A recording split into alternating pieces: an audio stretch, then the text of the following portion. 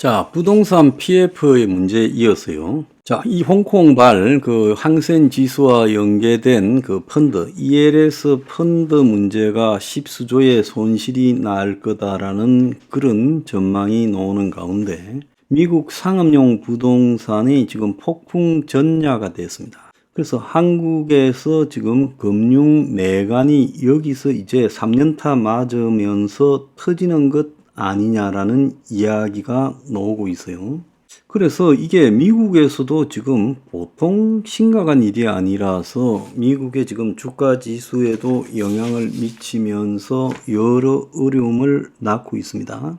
그래서 미국의 연준의 금융감독 부분 부의장이 은행이 관련 위험을 어떻게 측정하고 모니터링하는지, 상업용 부동산 대출 관련 손실 위험을 완화하기 위해 어떤 조치를 취했는지 등 관련 위험을 어떻게 보고하고 있는지 등을 중점적으로 살펴보고 있다면서 은행의 상업용 부동산 대출 관련 위험을 집중적으로 들여다보고 있다고 마이클 바 연준 금융감독 부분 부의장이 이야기를 했어요. 그래서 은행들이 지금 이런 상업용 부동산 문제의 손실 발생에 대비할 자본 여력이 있겠느냐라는 의문을 제기한 거죠. 그래서 이것이 한국에도 지금 문제가 된다라고 금융기관 내에 주말 사이에 확 퍼졌습니다. PF 대출 부실이 지금 금융기관에 발생하고 있고 가계부채가 지금 이 심각한 상황에서 ELS 대규모 손실이 은행마다 지금 배상을 한다면서 난리가 났지요. 그런데 여기에 이제 미국 상업용 부동산에 대한 한국의 이 투자 부실 문제가 터지면서 한국 경제와 금융시장 위기가 오는 거 아니냐라는 이야기가 나오고 있어요. 그래서 금융위원장도 이런 문제들을 연착륙시키는데 집중하고 있다 했지만 금감원이 지금 이 해외 부동산 등 금융권의 이 대체 투자라고 부르는 것에 대해서 지금 조사를 해보니까 위험 관리가 부적절한 게 드러났고 해당 금융사에 경영 유의 조치를 내렸어요. 미국에도 이 사태가 연이어서 터질까봐 굉장히 지금 우려하고 있고요. 그런데 한국에도 미국의 뉴욕 커뮤니티 뱅크처럼 문제가 되는 은행들이 나올 거다. 그래서 지금 금융위원회 금융감독은 각 금융사 사업장별로 투자 내역을 다 조사하러 갔는데요. 해외 부동산에 대해서 사업 청산하는 사유도 그걸 갖다가 제대로 살펴보겠다라는 거예요. 근데 벌써부터 위험 관리 부적절 사례가 나오고 있다는 거예요. 금감원은 롯데 손해보험에 대한 검사에서 호텔, 상업용 부동산 등 대체 투자 관련해서 스트레스 테스트 강화를 요구하며 경영 유의 1건, 개선 사안 3건을 통보했어요. 그래서 보험사들이요, 지금 이 투자들을 제대로 하지 않고 엉망으로 했다라는 게 일부 드러나고 있고요.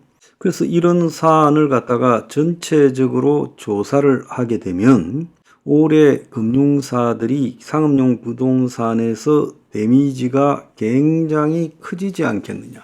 그래서 이런 것까지 다 합쳐지면서 지금 등장하고 있는 것은 4월 총선까지는 어떻게든 미루어지겠지만은 총선이 끝나면 부동산 PF, 가계부채, 홍콩 ELS 그리고 미국의 상업용 부동산 등이 다 뭉쳐져서 금융권에 4월 위기설이 발생하지 않겠냐. 물론 정부는 피해 규모가 크지 않고 대체 가능하다 하는 것은 위기가 아니다라고 하지만은 이런 위기들이 동시다발로 터져 나올 때는 문제가 굉장히 힘들다라고 하고 있습니다.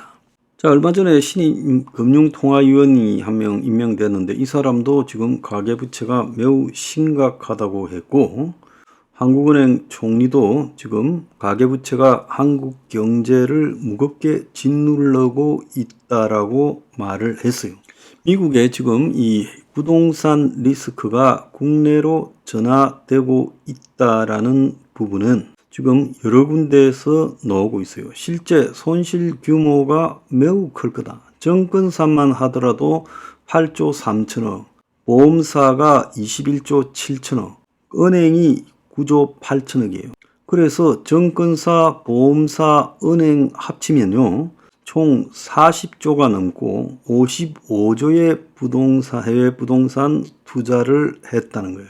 그래서 이런 데서 손실이 발생할 때 금융사들이 굉장히 지금 앞으로 금융 상품에 대해서 보수적으로 변할 거다.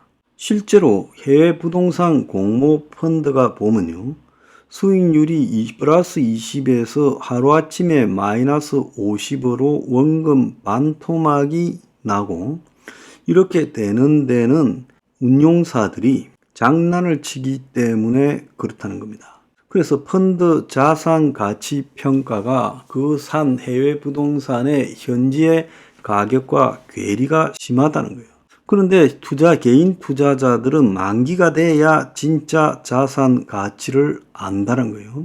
그래서 가짜로 매긴 가짜 공정 가치로 부동산을 사놓고 그걸 펀드로 만들어서 공모 펀드로 투자자한테 풀고, 정보력 내역력이 부족한 개인 투자자들은 앉아서 당할 수밖에 없어요.